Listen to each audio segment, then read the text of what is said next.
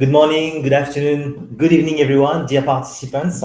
I'm very pleased to welcome you for this humanitarian talk on sexual and reproductive health and rights in emergency context in the framework of the European Humanitarian Forum. My name is Joanne Valadou. I'm the Director for Human Development at the Ministry for Europe and Foreign Affairs in France. And I would like first to warmly welcome our panelists who will take the floor today, as well as all our participants online. Let me first perhaps say a few words regarding logistics, important things. We really want to have today an exchange as lively, as interactive as possible. And it will be possible because during all the session, you will be able, dear participants, to ask questions on a dedicated platform called Slido. You will need to log in with the event code, which is written below in yellow. You can see it just here. So do not hesitate to do it. We will have a Q&A session after the first interventions. Also, if you wish to, I invite you to write down perhaps your name and organization in the platform so that we can have a sense of who is joining this great event today. And finally, as you already know, this event is set for 1 hour, so we will have really to respect the time limits for our speakers and for Q&A, of course, so that we can interact with you as much as possible. That being said, let me perhaps allow me to say just a few words about the reasons why France is really pleased to organize today this talk in the framework of the French presidency of the Council of the European Union with the European Commission. We co-chaired this first European Humanitarian Forum that aims to mobilize the EU, the European Union, the 27 member states and partners to address the main humanitarian challenges the world is facing. And in many ways, the timing, sadly, couldn't be even more relevant, even more accurate. As we all know, over the past few months, we've seen the world shaken by many crises, the COVID-19 crisis, which is really not over, climate crisis, political crisis, and of course, humanitarian urgent crisis. And we all have in mind a crisis in Afghanistan, in many countries, and today, particularly in Ukraine. We all know that these crises, they always reinforce terribly gender inequalities. And in a very disproportionate way, they affect women and girls in every aspect of their daily lives, and it starts with their health and well-being. And France, like others, like some other countries at least, we adopted 3 years ago feminist diplomacy. It means that we have this ambition to put forward gender equality and more generally a human rights-based approach at the heart of our external action in development context, but also in humanitarian ones. A concrete example that you may have in mind was the Generation Equality Forum that we co-hosted last year along with our partners from Mexico and from UN Women in 2021.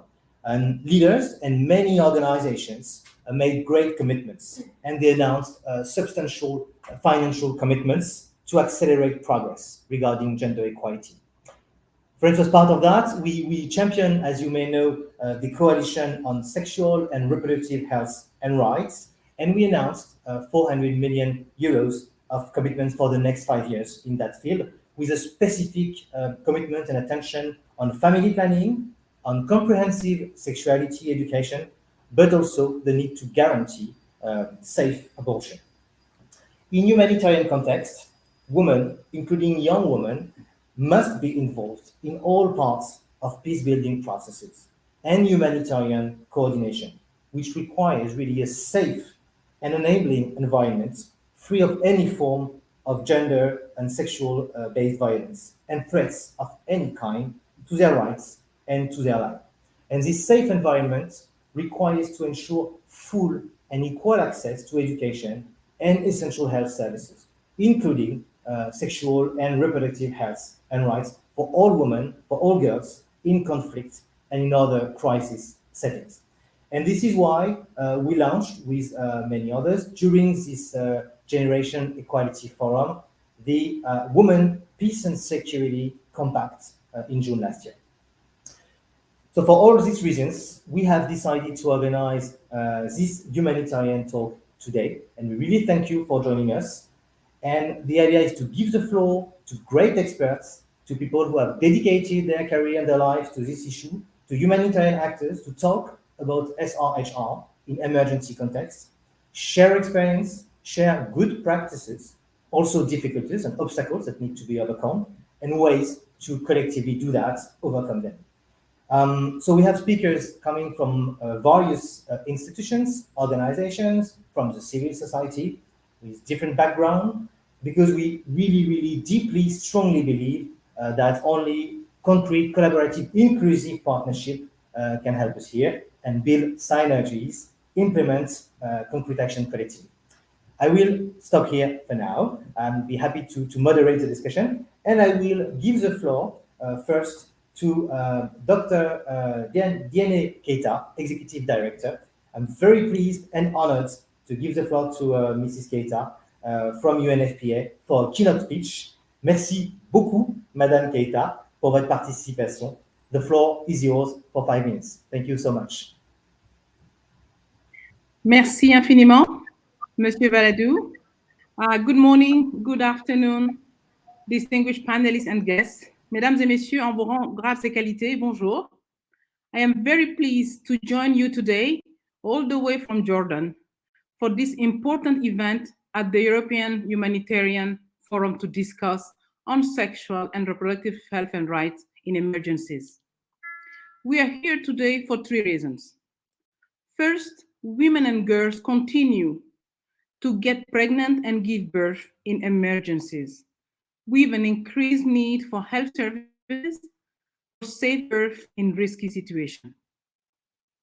Second, women and girls face increased risk of gender-based violence.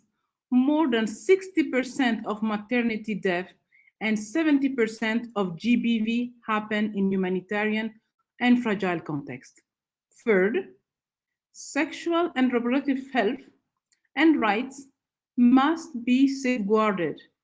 SRH services are indeed essential life-saving services and must be a priority for any humanitarian emergency response. Tomorrow, sadly, marks 1 month since the war began. As a consequence, in Ukraine, 10 million people have fled their homes since 24 February. Some of 6.5 million are internally displaced, and more than 3.5 million people have fled Ukraine into neighboring countries. Amidst this humanitarian crisis, there are an estimated 256,000 pregnant women, and 80,000 are expected to give birth in the next 3 months. We have seen the images of women giving birth in trains, basements, and bomb shelters. We have seen the indiscriminate bombing of health facilities. In Ukraine, the majority of those displaced are women and children, with many women traveling alone, facing an increased risk of violence and human trafficking. In all humanitarian crises, from Ukraine to Syria, to Yemen, to Ethiopia, to the Sahel, women and girls are bearing a disproportionate burden. I have seen firsthand when I worked in the field as representative for UNFPA. All of us must do more and act swiftly to save lives. Destroying lives and livelihoods is destroying hard-won taxpayers' money everywhere and jeopardize sustainable development. As the lead of the Working Group for Sexual Reproductive Health in the Health Cluster and the area of responsibility lead for the subcluster in gender-based violence.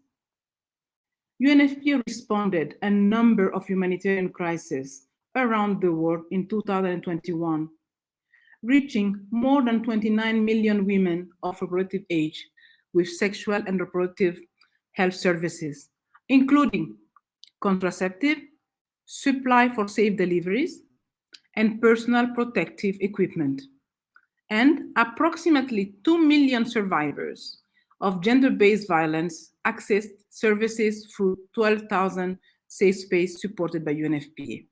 Ladies and gentlemen, these new ways of working during the pandemic helped us reach over 75 million people, both remotely and in person, with information about sexual reproductive health and gender-based violence. Just now, more than 13 tons of emergency reproductive health supplies are being loaded on trucks for distribution in Ukraine. We are now distributing these life-saving supplies to hospitals in central and eastern Ukraine where the needs are the greatest. These are also much needed supply in these boxes to provide care to women who have been raped or sexually abused. With these supplies, thanks to our generous donors, hospitals and medical staff who work so heroically under the extreme condition of war will at least have the medicine and equipment they need to help women give birth safely. UNFPA will continue to work towards the three transformative results. We aim for zero unmet need for family planning, zero preventable maternal death, and zero gender-based violence by 2030. Finally, as the proud product of world generosity myself, I would like to emphasize again that we cannot leave women and girls behind. And truth be told, we can't even leave any vulnerable young people or men behind. Together, we must prioritize sexual and reproductive health and rights in humanitarian emergency to ensure that not only dignifying humanitarian response, but also save life of the women and girls who are key to resilient recovery of society from humanitarian crisis. Je vous remercie de votre aimable attention. I thank you. Thank you so very much, Director Keita, for this really powerful intervention, very inspiring. And thank you so much for reminding us what you are doing, how you are coping with this terrible situation in Ukraine following the Russian invasion and the impact it has on women and girls there. Thank you so much. I would like now to give the floor to Dr. Salima Rehman. She's a medical doctor. She's an Afghan refugee living and practicing medicine in Pakistan. And she is the 2021 regional winner for Asia of the UNHCR Nansen Refugee Award. So we are really, really glad and honored to have you today with us for this event. Dr. Rehman, if you allow me, I would like first, could you tell us a little bit more about your story and how your experience regarding SRHR in emergency context?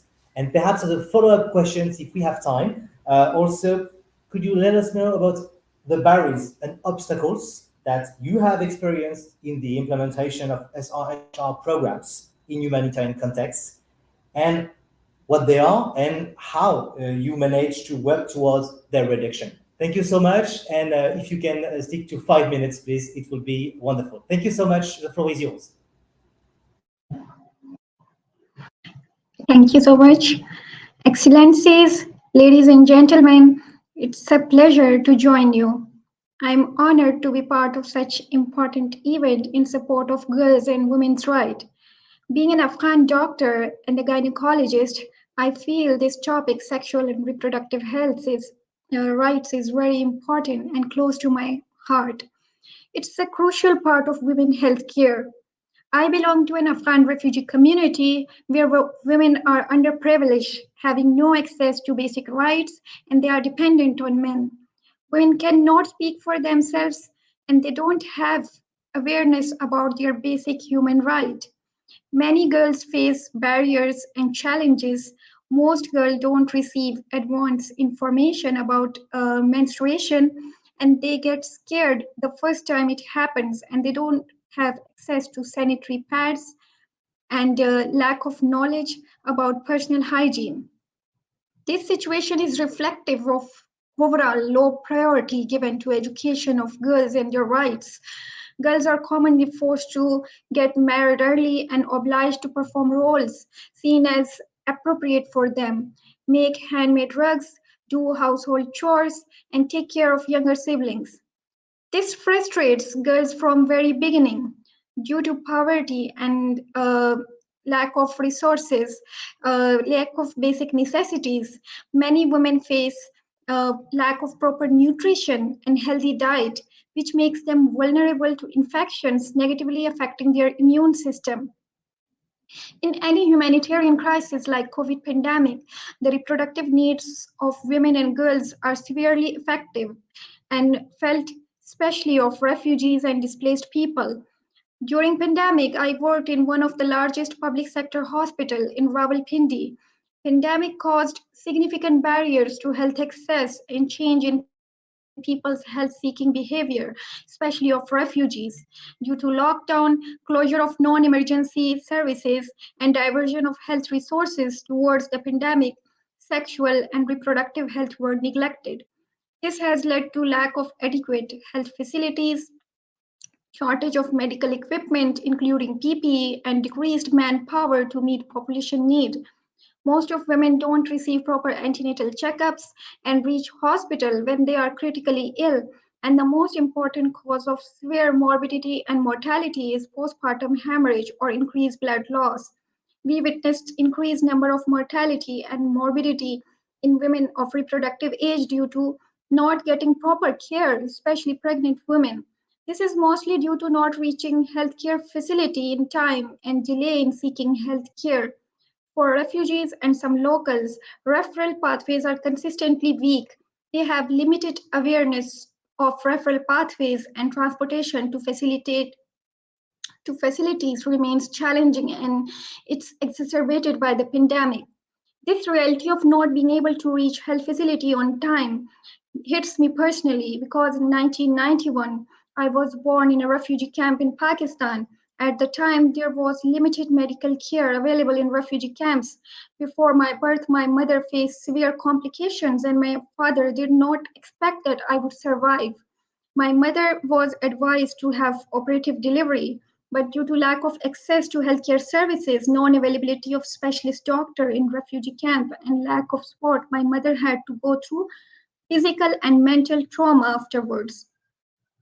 Language barrier and movement restriction without husband or men plays an important part in not getting proper care and ignoring reproductive health needs. Most are forced by elders to have childbirth at home without trained midwives and without aseptic measures. Moreover, due to improper spacing after childbirth and lack of awareness and access to family planning services, their health is compromised. They go through antenatal, intrapartum, and postpartum complications, most importantly, blood loss after childbirth. One of my refugee patients who recently visited my clinic had another heartbreaking story. I'm sharing this after taking her consent. She is now a 34 years old female. She was forced to marry at an early age.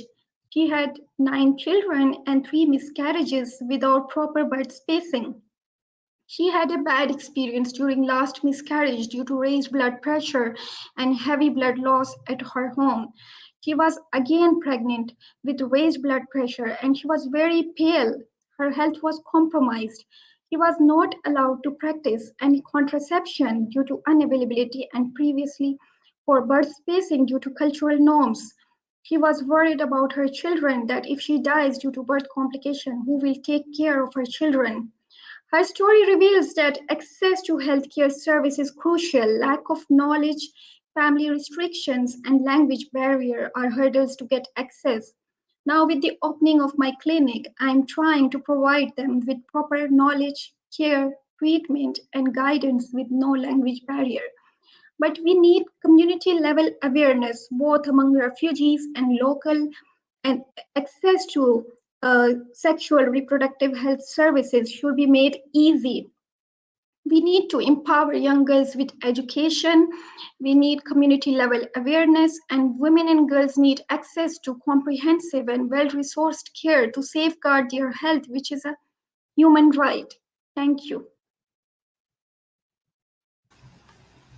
Thank you so much, Dr. Rehman, for sharing all this, your experience. It's incredibly precious and helpful, I think, for us all.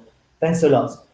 Before giving the floor to the next speaker, let me just remind everyone that you have the possibility to submit questions online through the Slido platform. You can see in yellow at the bottom of the screen the way to do it. You have to use a code, but we're really willing to receive questions from the audience, of course. So thanks again, Dr. Rehman, for your intervention. I would like now to give the floor to our next speaker, who is Dr. Negina Abazad. Dr. Abazad, you are the UNFPA representative in Moldova. You have more than 20 years of experience in the field of SRHR, so it's really wonderful to have the privilege to have you with us today. Thank you so much for your availability. Perhaps as a first question, could you tell us a bit more about the UNFPA's modus operandi, how you actually work in emergency contexts? What are the main needs that you identify? How do you respond to them in terms of service that you can offer, in terms of emergency kits that can be deployed, for instance? Thank you so much, Dr. Bazeli. The floor is yours. Thank you very much. And dear colleagues, dear friends, ladies and gentlemen, very glad to be here and articulate more on the reproductive rights and needs at the time of emergencies. I think that the human story we just heard from Salima, that's the best testimony in terms of prioritizing SRH needs and services at the time of emergency. I mean, it's actually prioritized at all time, but in times of emergency, it's absolutely essential. So in humanitarian crisis, UNFPA is acting as part of United Nations country team. And we usually first on the ground to support in humanitarian response. We do the basic, the rapid assessment on the SRH and GBV needs, and then we define the response based on that. I want to say that the SRH needs, especially if we have pregnant women, very much relates or with at least two lives, which is a life of mother and the baby. So this is a life-saving action that we should prioritize and we should provide. As was said by the UNFPA Deputy Executive Director, during crisis, women do not stop giving birth, women do not stop getting pregnant or menstruating, and they face increased risk of gender-based violence. So that's what we need always remember when we tailor the humanitarian response. And that's why UNFPA is on the ground to support the government and make sure that humanitarian response plans respect human rights, prioritize SRHR of women and girls, and especially from the marginalized population. As was just mentioned, that I'm connecting from Moldova, and the country. This is the country that embraced Ukrainian refugees since beginning of the conflict. And from beginning of the war in Ukraine, Moldova, more than 300,000 Ukrainian refugees have crossed the border of Moldova, and about 100,000 of them are currently remaining in Moldova, actually. Most of these refugees, women with children and older persons. So according to the SRH assessment that we did, among those refugees, about 23,000 women of reproductive age. Among them, currently more than 700 are pregnant women, and 86 will deliver in next months, and around 300 will deliver in the next 3 months. So this is just a small population, which is remaining in Moldova. But if we look beyond what are the response, what are the impact on the Ukrainian territory, that's of course much bigger. So I want to emphasize that as immediate response, UNFPA delivered 13 metric tons of the reproductive health supplies in Ukraine, the medicines, the equipment to Ukraine. We provide the all necessary support related to the service provision in Kiev, Kharkov, Dnipro, Zaporozhye to support women for seeking health services, including care and deliver safely. The mobile clinics that have been delivered as well, and the one maternity clinic will also shortly arrive to Ukraine to ensure the safe delivery of women. We deliver also the dignity kits, and I want to mention a story that I visited recently, one of the refugee placement centers here in Moldova, and we deliver dignity kits. Dignity kits at the special package that is designed for women to address their menstruation needs. That includes also sanitary pads and other needs, that underwear and other items that could be used by women. And one of the refugees, she told me that there is no dignity for women who are on the move. So very often the reproductive health needs are completely overlooked in the response. So UNFPA, as UNFPA, we provide those dignity kits and essential packs that contain sanitary pads, hygienic items, etc. I also want to say that women have been forced to give birth underground, in bunkers, in metro stations when the conflict in Ukraine started. And just in few weeks of war, when the crisis started, more than 4,300 births in Ukraine have been delivered, just in first few weeks. And of course, the number is increasing. So the minimum number that we expect is more than 8,000 Ukrainian women who are due to deliver in next 3 months. So this is a huge number. Majority of women who fleeing, they are, or internally displaced people, displaced women, they have under huge risk of trafficking and gender-based violence. We have to take into account.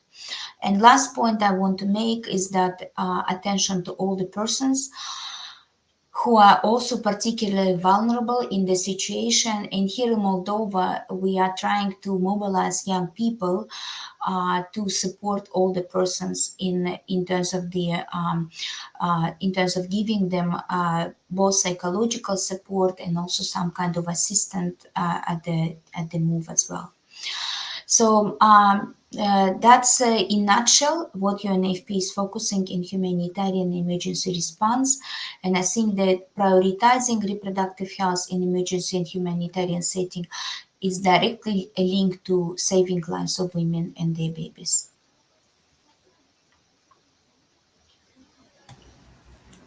Thank you so very much, Dr. Amazade, for sharing all this, and knowing where you are right now, we really sympathize. I know how difficult and complex the situation must be. So thank you so much for taking the time and be with us for this event.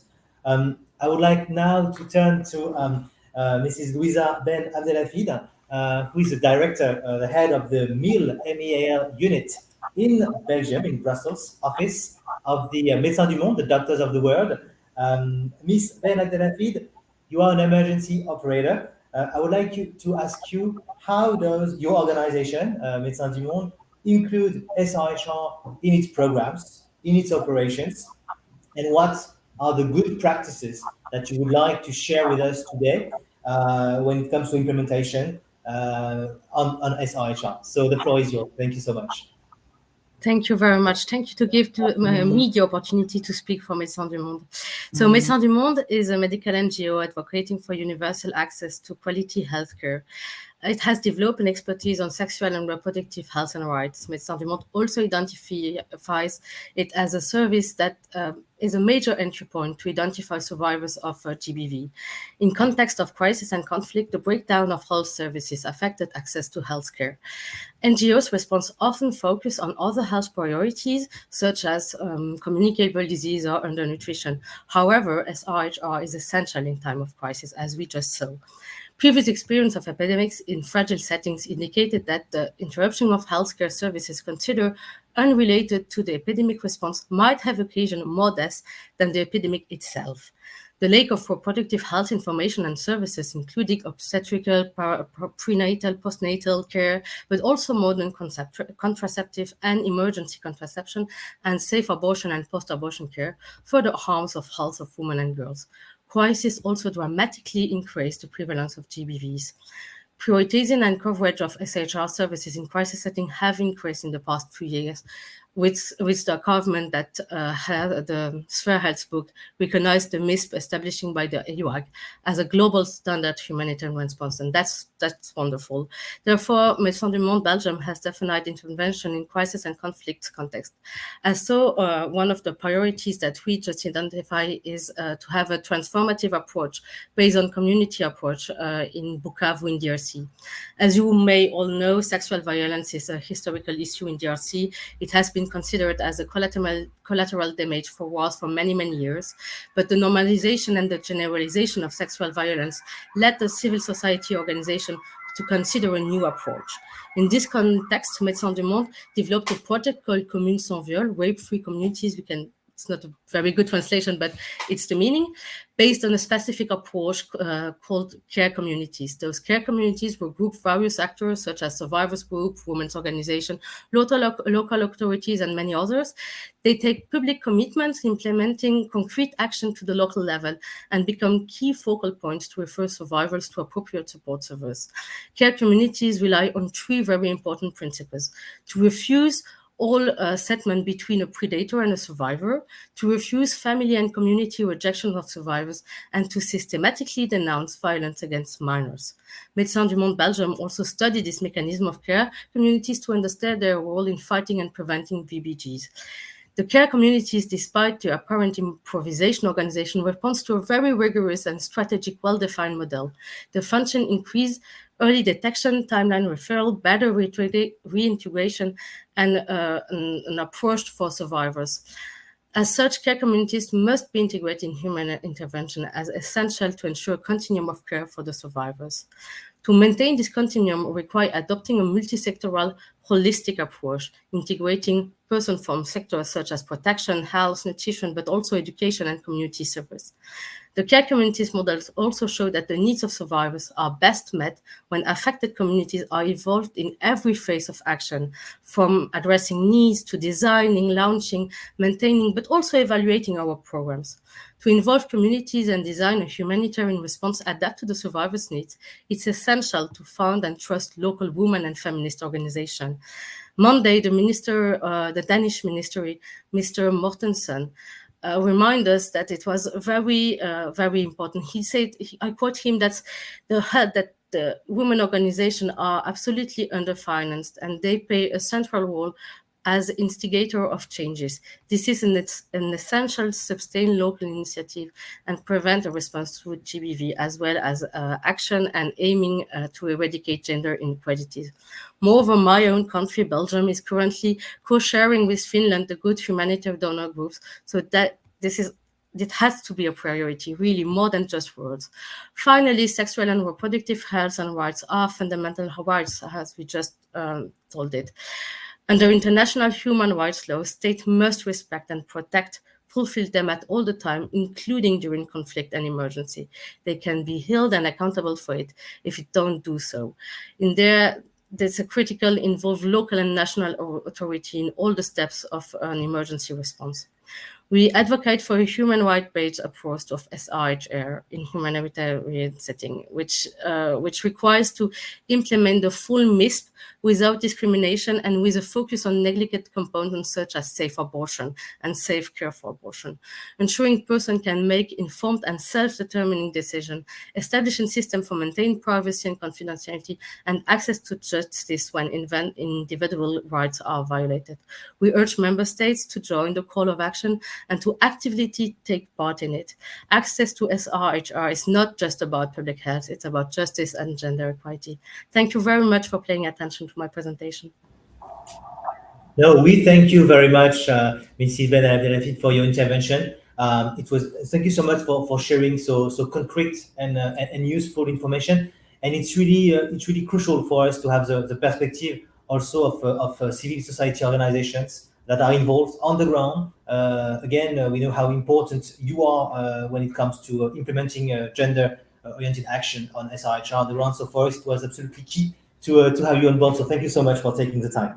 I would like now to give the floor to our fifth and last speaker, Mrs. Leah Hoctor, who is the Regional Director at the Center for Reproductive Rights for Europe. Mrs. Hoctor, the floor is yours. Perhaps you could tell us more about the Center for Reproductive Rights, your work from a human rights perspective on SRHR in emergencies in particular, and perhaps you could also tell us a bit more about your recent call to action regarding SRHR and the Ukraine conflict, and what your concerns regarding the situation there are. Thank you so much. The floor is yours. Thank you very much, and it's a pleasure to join this conversation. Thank you so much to France and the European Commission for inviting us and for hosting what's a really important conversation. The Centre for Reproductive Rights is a global human rights organisation. We work in 5 regions across the world in multiple countries to advance sexual and reproductive health and rights as fundamental human rights. And so we have regional offices in Africa, Asia, Latin America, Europe, and the United States, and colleagues in many different countries. And we work very closely in partnership with national and local organizations to advance sexual and reproductive health and rights across the world in different country contexts. In terms of our work on emergencies and on SRHR in emergencies, we do a number of different things. So one of the things that we do is to really build an understanding among decision makers, humanitarian service providers, multilateral institutions, as our colleague from Médecins du Monde just spoke about, the fact that SRHR are human rights. These are rights that all human beings possess. They are protected and enshrined in international and regional human rights treaties, and in many cases in national law. And these rights include things like right to quality maternal health care, to safe abortion care, to contraception. So these are not just forms of health care that are vital, as many of the other speakers have mentioned, but they are also human rights that we all possess and that we are all entitled to, and that governments and other institutions have strong obligations to protect and uphold. And so a lot of the Centre's work is around building this understanding with decision makers, with actors in emergency response, and that also these rights continue even once an emergency sets in. So be it a pandemic, be it a war or a natural disaster, the obligations to uphold these rights do not cease. And therefore, all of us who are responding to a crisis should work to ensure that sexual and reproductive health care can be provided and integrate this human rights approach to this care across our humanitarian response. And we use a range of different strategies in our work. We produce toolkits and guides for decision makers and leaders. Another thing that we do that is very important is we conduct fact-finding and documentation, data collection on the SRHR needs, protection gaps and violations that may be occurring in different emergency contexts. And we make concrete recommendations. The aim is to be a partner to those governments, multilateral institutions, other stakeholders that are leading humanitarian response in terms of actions they can take with this information to offset the risks and respond effectively to violations or to the risk of violations, and where violations occur to also ensure accountability. So we've done this work in Nigeria in the context of the Boko Haram insurgency, also in Colombia in terms of the sexual and reproductive health and rights violations occurring there in the internal armed conflict, and working with the transitional justice mechanisms there to ensure an effective response. We've also done this work in Uganda in a range of refugee settlements. And we are now starting this work in response to the invasion in Ukraine, working very closely with national women's rights, SRHR organizations, particularly in the 5 border countries, the 5 host and transit countries, to look at the SRHR needs and barriers that may be impeding access to care in the host and transit countries. And we will be starting particularly this work with a focus on Poland, Slovakia, Hungary and Romania. And we know that UN Women and UNFPA are doing this work, important work in Moldova. So we see much more need for this in the immediate time in the EU member states that are now at the front lines of receiving refugees from Ukraine. And in terms of this call to action that you mentioned, essentially, this is a call to action that we have issued together with over, I think, 100 organizations working on the ground in Ukraine, but also in the 5 border countries that are now hosting refugees fleeing these contexts. As you know from previous speakers, there is an acute impact on SRHR of the invasion that has occurred in Ukraine. And SRHR are at risk in Ukraine, but they are also at risk for those refugee populations in the border, in the host and transit context. And the call to action speaks to a range of concerns in terms of barriers that women and girls are facing in terms of accessing sexual and reproductive health care.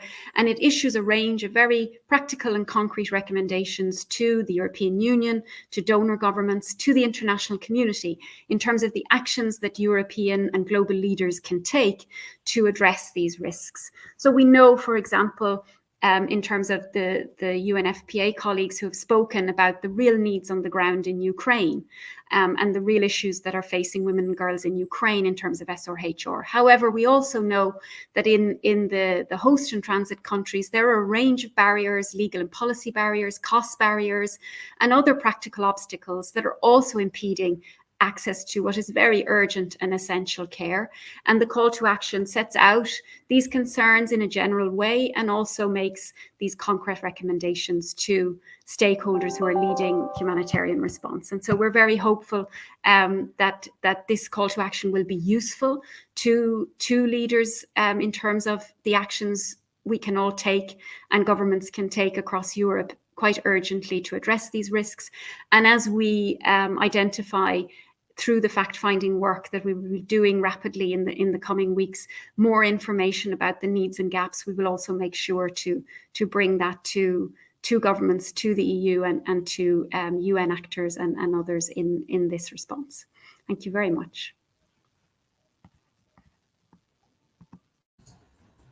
Thank you so much, Mrs. Harter, for this very clear and strong intervention and for letting us know about the call to action. I think it's really important that we all bear that in mind and can contribute to spread the information. It's very important. Thanks a lot for all our panelists. I'm afraid I've been a poor moderator because we are a bit late in the schedule, but please forgive me. But still, I would like that we can take some minutes to look at the questions that have been submitted to our panelists, to our speakers through the Slido platform. And there are some questions indeed. There is one question who is not asked to someone in particular, which is about good practices to implement SRHR in the context of, in various cultural contexts, depending and regarding various cultural contexts, which is an interesting one. Perhaps colleagues from UNFPA, Dr. Abazadeh, or perhaps Médecins du Monde, you would like to react to that first question? Dr. Abazadeh, perhaps. Yes, absolutely. I can definitely come with certain suggestions. I think the cultural aspect is very much essential. That also defines the access to SRH services. Because if we have SRH services which are not accessible to women, either through location or other cultural barriers, they will not be used. So in countries where the women's mobility is restricted, is especially a very sensitive issue, like Afghanistan or other countries where women's mobility is very much restricted. And in that sense, we have to think how we bring services to women. So not like women come to, but how we bring services to them. And I think that's very critical. So in that sense, it could be mobile clinics, it could be partnering with NGOs that could come with the services. It could be specific transportation that could be provided to women to ensure that they access services. But the main point is that to look at the all barriers around, all the cultural barriers that are still there, and to bring services to them. It might be not only distance, but it might be also the language barrier, for example. It might be even gender barrier, like women don't want to go to visit male doctor because of certain cultural beliefs, etc. So I think that's important. And the best organization that knows the community, that knows that what are the dynamics within the culture, what are dynamic within community, would be very much, the best advisor, I would say, in that sense, to tailor the program based on the needs. Thank you so much, Dr. Bazadeh, for these replies.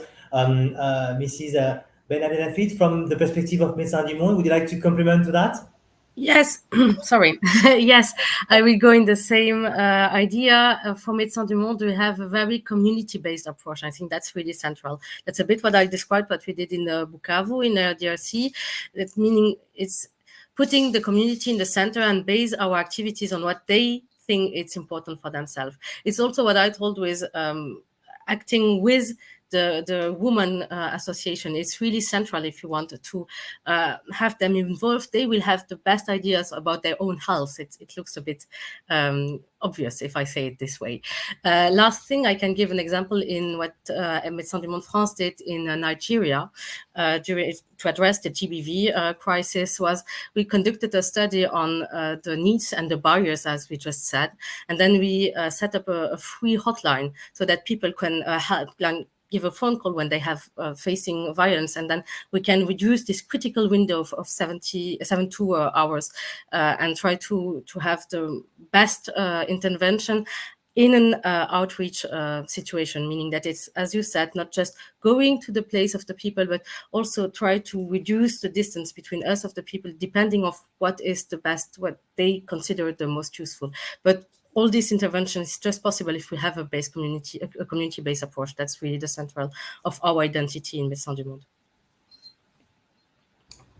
Many thanks for your reply. I suggest we take two more, and then we'll have to move to the concluding remarks already. Sorry. Another question is really for Dr. Rehman, and the question is from Quentin.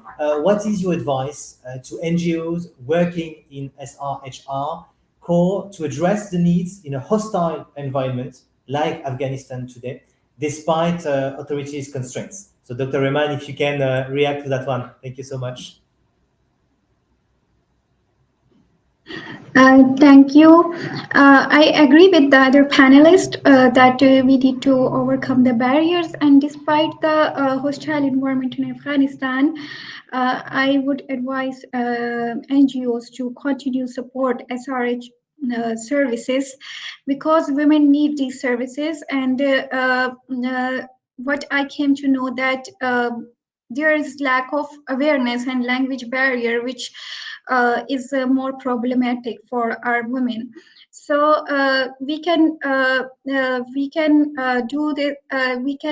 overcome these barriers by empowering young girls with education and protecting their rights. So I just want to say that we need to continue supporting these young women.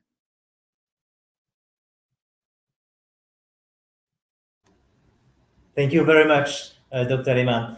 And we have one last question, which is in a way linked to the previous one, which is more about access. What are the solutions that can be provided to provide sufficient help and services to women where access is very limited? And the question points out at Yemen in particular. I don't know if someone within the panelists would like to take that one.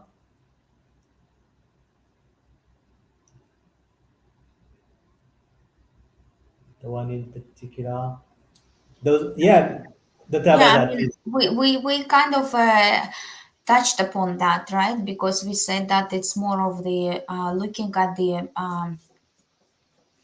basically examining the environment and barriers that are there. For instance, if we have services next to car workshop, no women will go there in the conservative environment. So we have to really look at the what is surrounding and if it's safe for women to come there and use those services. So I think that this kind of analysis in terms of the environment where services are located, and also in terms of availability of the transportation, maybe some funds for women to access services, maybe providing translation, or working with the community in terms of stigma that refugees or IDPs might face as well. So these are all important elements to be considered. I may give an extra information is what we learned with the COVID crisis, which was also set up where it was very difficult to go to health services, was to develop self-care. It's something that we can really try to take in account. It's possible to develop self-care with SRH. It's also possible to develop digital health and even low-tech digital health solution. So this both solutions should be more think about it and more the heart of the development of our future intervention in this kind of setting. Many thanks, you two. Okay, we have one very last one who just appeared, so I suggest we end with that one, which is about a legal framework for good practices that organizations can agree on. Helpful if we have to have one for various multi-stakeholders. So perhaps that one might be useful to have your perspective, Mrs. Hoctor, on that one, if you agree to provide a few thoughts. Thank you. I mean, I think in many ways, the human rights framework, the international human rights framework, provides us with the good practices, right? So we have a series of treaties that set out a range of human rights, and those rights have been clearly interpreted by international and European and other regional human rights mechanisms in terms of saying what the clear services, care, goods and medicines, and what an SRHR approach needs. And so in a sense, I think the good practices are laid out by the human rights mechanisms. I would also point to the fact that just last week, I believe, or in the last 2 weeks, the World Health Organization has also published very important guidelines on safe abortion. And there also, they include very strong articulation of not just human rights standards on abortion, but also on SRHR services in general. So there are, it's often for lawyers, for those of us who are lawyers, have legal expertise, it's easy to understand and interpret the human rights treaties and guidance and understand how it applies to healthcare. For other practitioners and professionals in other areas of expertise, it can be hard to do this. So we need these guides and these, if you like, kind of fact sheets and tools that unpack and apply for different folks. But I think that the International Human Rights Framework provides that set of good practices. And really what it's all about is implementing that. It's not that we need new legislation or new standards at the global level. I think we have strong standards. It's really about applying and interpreting them and getting them fulfilled and carried through at the local level and also in the emergency response. Thank you very much for making that point so clearly and so strongly. A wonderful answer. Well, I'm afraid we already have only 6 minutes left. It's already the end of this event, and we could have used really more time because it's such an important topic. But before we conclude, I would like really to give back the floor to every panelist, perhaps for 1 minute only, please, about your main takeaway, or perhaps a final message you would like to share with the audience before we conclude. And perhaps we'll start with Dr. Rehman. Thank you. To conclude, I want to say that sexual and reproductive health services are compromised in emergency situation. It should be declared as essential service, and we need to empower young girls by promoting education. Policymakers should make policy to raise awareness at community level and make access to reproductive health service easy and approachable both for refugees and locals, providing opportunities for training of Afghan refugee men and women as health workers. It will provide a livelihood as well as allow their community to get benefit from their services. International organizations should not forget people of Afghanistan, refugees, and their host country, and I request them to provide support to strengthen the local health system to meet the SRH needs of both refugees and host communities. Thank you. Thank you very much, Dr. Rehman. Perhaps Dr. Abadat for a final word, please. Yes, thank you very much. My final words will be just echoing all speakers and the discussion that we had today overall. So in emergency situations where demands on health services are very high and the time and resources are limited, the SRH and GBV services must be prioritized on the basis of saving lives. And I would also say that optimizing scarce resources and responding to the needs of affected communities. I think that the SRH services and meeting SRH needs are not a luxury anymore. They cannot be at the end of the list. Because the basic needs like the similar to like access to water, shelter, food. So SRH should be in the same line of priorities, because this leads directly to safeguarding dignity of women, dignity of girls, and this leads to safety and saving lives of women and girls, basically. So that's from my side. Over. Thank you very much. Mrs. Ben Abdelhafid, your last word. Yes, very, very briefly. I would say promote and implement the full MISP package, including abortion care. That's very, very important. Please, everyone join the call of action on GBV, and please be how do we say, accountable of the call of GBV when we join it. And finally, finance women and feminist organizations. They are cost effective. Thank you. Thank you so much. Mrs. Hopter, your turn, please. So I won't reiterate what anyone else has said. I agree with them all fully. I think an additional consideration that's very important also is to understand the place of an intersectional analysis and understanding that those people who need these services, women and girls and other marginalized communities, LGBTI populations, all have very diverse identities, and that discrimination and barriers in access to these services in our emergencies can arise differently for different groups. So ensuring that intersectional analysis also in our work, I think, is very crucial.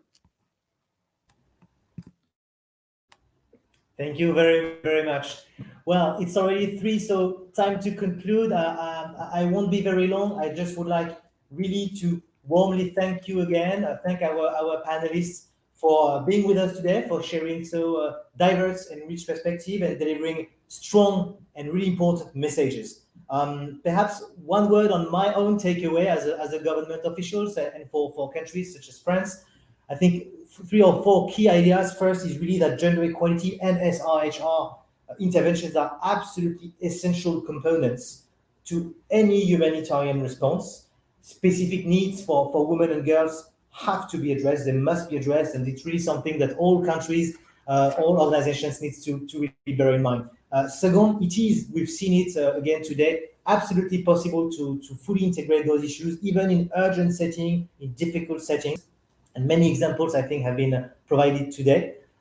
3, humanitarian interventions are actually even much more effective when they fully integrate gender and SRHR approaches. And that's what we've seen also today, I think. And for all fields of advocacy, actors must ensure, I think, that these actions are carried out both in a very specific but also transversal manner. I think it's also a very important point. So my final word will be that we need to underscore that we really need to build a gender responsiveness for crisis. It's absolutely mandatory if we want to make sure that progress which has been made in the past 20 years is not lost, is not vanished, and that we can actually make more progress in the coming years, because it's really more needed than ever. And it's the ambition of France and its European partners. So thank you so much for your attendance today, for taking part in this event, for your participation, and I wish you all a very nice day and week. Thanks a lot. Merci beaucoup.